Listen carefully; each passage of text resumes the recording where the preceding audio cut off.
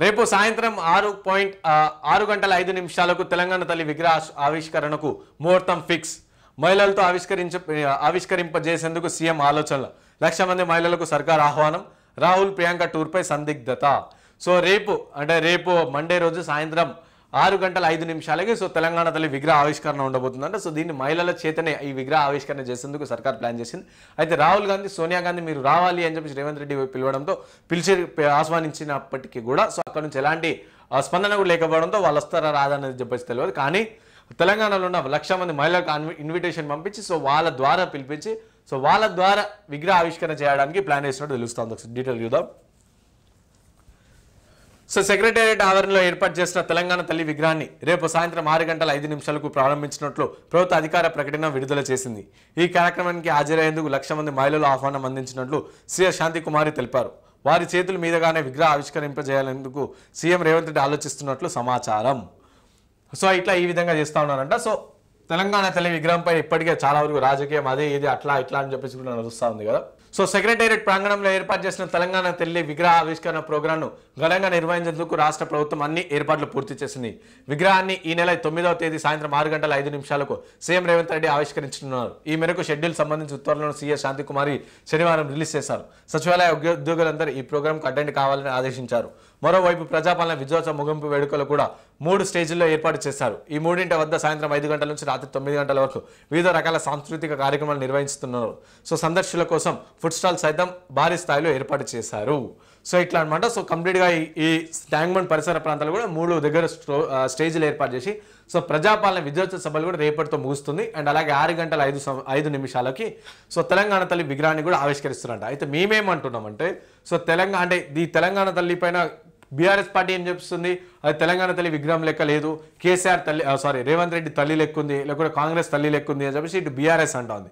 So ఇటు Congress party ఏమంటుంది, ప్రాపర్గా తెలంగాణ మహిళ ఉట్టిపడేలా తెలంగాణ రైతు మహిళ ఎవరైతే ఉంటారో ఊర్లలో ఎవరైతే మహిళలు ఉంటారో సో ఆమెలాగా ఉండేట్టుగా ఆమె రూపం ప్రతిబింబించేలా ఉన్నది అని చెప్పేసి కాంగ్రెస్ పార్టీ చెప్తుంటుంది. ఇటు బీజేపీ పార్టీ ఏం చెప్తుందంటే ఎట్లుందా తెలంగాణ తల్లి విగ్రహం, బీఆర్ఎస్లో తెలంగాణ తల్లి విగ్రహం మంచిలేదు, ఇటు కాంగ్రెస్లో బాగాలేదు. సో మేము అధికారంలోకి వచ్చినాక మేము ఇంకో తల్లిని ఏర్పాటు చేస్తాం, భారత మాత లెక్క చేస్తాం.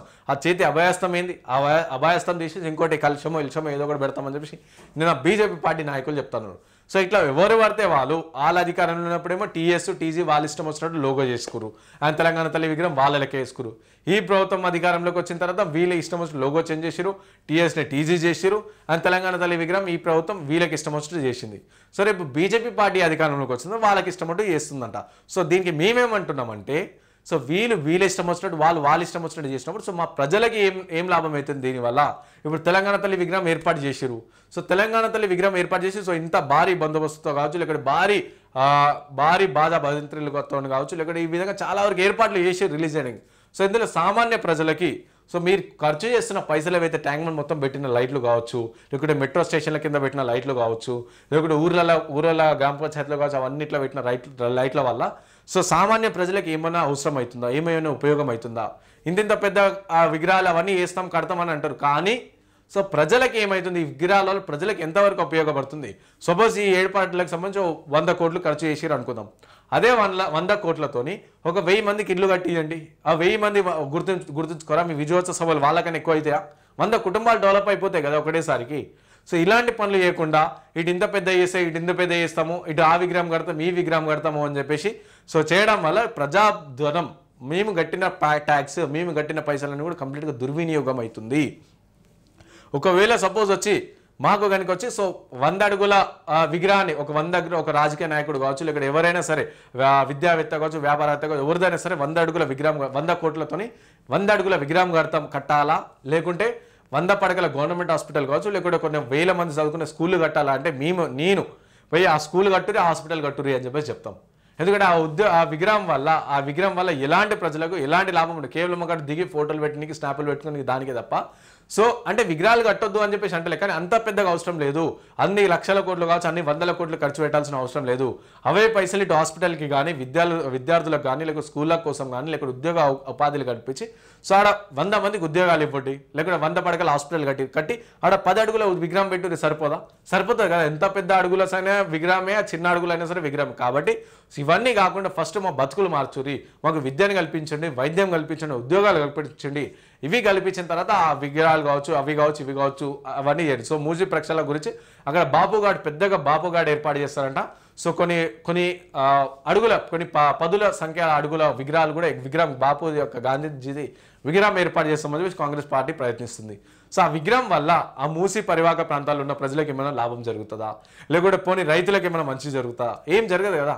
ఆ విగ్రహానికి అన్ని కోట్లు ఖర్చు పెట్టే బదులు సన్ని కోట్లతో ఒక బిల్డింగ్ ఏర్పాటు చేయరి, అక్కడ గరీబులకు ఇండ్లు ఇయ్యూరి, లేకపోతే రైతులకు సంబంధించి సో ఇంకేమైనా చేయరు. సో ఇలాంటివి చేయకుండా విగ్రహాలు కడతాం, విగ్రహ రాజకీయాలు వద్దురా బాబు అని చెప్పేసి అంబేద్కర్ గారు కూడా చెప్తా ఉంటారు. సో మేము కూడా అదే చెప్తాను. సో విగ్రహాలు వద్దు, మాకు మా బతుకులలో బాగు కావాలి, మా బతుకులలో మార్పులు కావాలి. ఇంత పెద్ద విగ్రహం, అంత పెద్ద విగ్రహం కడితే మాకు ప్రాబ్లం లేదు. సరే పోనీ చూసుకో, ఎగ్జాంపుల్గా ట్యాంక్ పైన ఉన్న అంబేద్కర్ విగ్రహం చూసుకుందాం. అంత పెద్ద అంబేద్కర్ విగ్రహం కట్టిరు, రైట్. సో కట్టిరు చాలా బాగుంది, కానీ అందులో ఎంతమంది దళితులకి, ఎంతమంది ఎస్సీ ఎస్టీ బీసీలకు ఉద్యోగాలు ఇచ్చారు చెప్పురి? అవి చేయరు.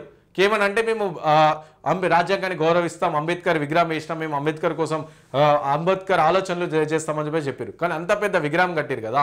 సో అంత పెద్ద విగ్రహం కట్టినప్పుడు సో ఎంతమందికి ఉపాధి కల్పించరు?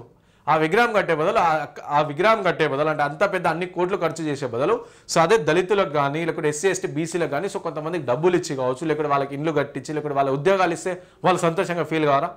సో కంప్లీట్ తెలంగాణ రాష్ట్రం కూడా మంచిగా ఫీల్ అవుతుంది. అంత పెద్ద విగ్రహం కట్టింది తప్పు అని చెప్పి చెప్తలే మేము, కానీ ఆ విగ్రహానికి బదులు సో ఇటు ఒక హాస్పిటల్ కట్టినా, ఒక స్కూల్ కడితే కంప్లీట్ ఒక కొన్ని జనరేషన్లు చేంజ్ అవుతాయి. హాస్పిటల్ అయితే కొంతమంది నిరుపేద ఎవరైతే ఉంటారో, కుటుంబానికి సంబంధించి ఉంటారో, రోగులు ఎవరైతే ఉంటారో వాళ్ళందరూ బాగుపడతారు కదా. సో ఇలాంటి దానిపైన ఆలోచించండి. ఈ తెలంగాణ తల్లి విగ్రహం కావచ్చు, ఆ విగ్రహం ఏ విగ్రహం కావచ్చు, వీటి వల్ల మా బతుకులు మారాయి. సో మాకు స్కూళ్ళు, విద్య, వైద్యం వల్ల బతుకులు మారుతాయి. కాబట్టి సో వాటిపైన ప్రభుత్వం దృష్టి సాధించాలని చెప్పేసి మేము అంటా ఉన్నాం. సో 1,00,000 మంది మహిళల సమక్షంలో తెలంగాణ తల్లి విగ్రహ ఆవిష్కరణ అంట. సో ఇట్లా చేస్తారంట. సో 1,00,000 మంది మహిళల సమక్షంలో తెలంగాణ విగ్రహ ఆవిష్కరణ చేసే బదులు సో ఆ 1,00,000 మంది మహిళలకు ఏదో ఒకటి చేయరు. బతుకమ్మ చీరలు కూడా ఇవ్వలేరు కదా. సో కాబట్టి రేపు ఏదో ఒకటి చెప్పేసి సో అట్లీస్ట్ వాళ్ళకి అవన్నీ ఇవ్వరు, లేకపోతే వాళ్ళకి సంబంధించి ఏదో ఒకటి చేస్తే మంచిగా ఉంటుంది. ఈ విగ్రహ ఆవిష్కరణ, విగ్రహ రాజకీయాలు అవన్నీ మాకు వద్దు. అన్ని లక్షల కోట్లు కావచ్చు, అన్ని వందల కోట్లు ఖర్చు పెట్టాల్సిన అవసరం లేదు. అవే పైసలు ఇటు హాస్పిటల్కి కానీ, విద్యార్థులకు కానీ, లేకపోతే స్కూళ్ళ కోసం కానీ, లేకపోతే ఉద్యోగ ఉపాధులు కల్పించి సో ఆడ 100 మందికి ఉద్యోగాలు ఇవ్వండి, లేకపోతే 100 పడకల హాస్పిటల్ కట్టి ఆడ 10 అడుగుల విగ్రహం పెట్టి సరిపోతుంది కదా. ఎంత పెద్ద అడుగుల సైనా విగ్రహమే, చిన్న అడుగులైనా సరే విగ్రహం. కాబట్టి ఇవన్నీ కాకుండా ఫస్ట్ మా బతుకులు మార్చురి, మాకు విద్యను కల్పించండి, వైద్యం కల్పించండి, ఉద్యోగాలు కల్పించండి. ఇవి కల్పించిన తర్వాత ఆ విగ్రహాలు కావచ్చు, అవి కావచ్చు, ఇవి కావచ్చు, అవన్నీ చేయండి. సో మ్యూజిక్ ప్రక్షాళన గురించి అక్కడ పెద్దగా బాపుగాడు ఏర్పాటు చేస్తారంట. సో కొన్ని అడుగుల కొన్ని పదుల సంఖ్య అడుగుల విగ్రహాలు కూడా విగ్రహం బాపు యొక్క గాంధీజీది విగ్రహం ఏర్పాటు చేస్తామని చెప్పి కాంగ్రెస్ పార్టీ ప్రయత్నిస్తుంది. సో ఆ విగ్రహం వల్ల ఆ మూసి పరివాహక ప్రాంతాల్లో ఉన్న ప్రజలకు ఏమైనా లాభం జరుగుతుందా, లేకుంటే పోనీ రైతులకు ఏమైనా మంచి జరుగుతుందా? ఏం జరగదు కదా. ఆ విగ్రహానికి అన్ని కోట్లు ఖర్చు పెట్టే బదులు సన్ని కోట్లతో ఒక బిల్డింగ్ ఏర్పాటు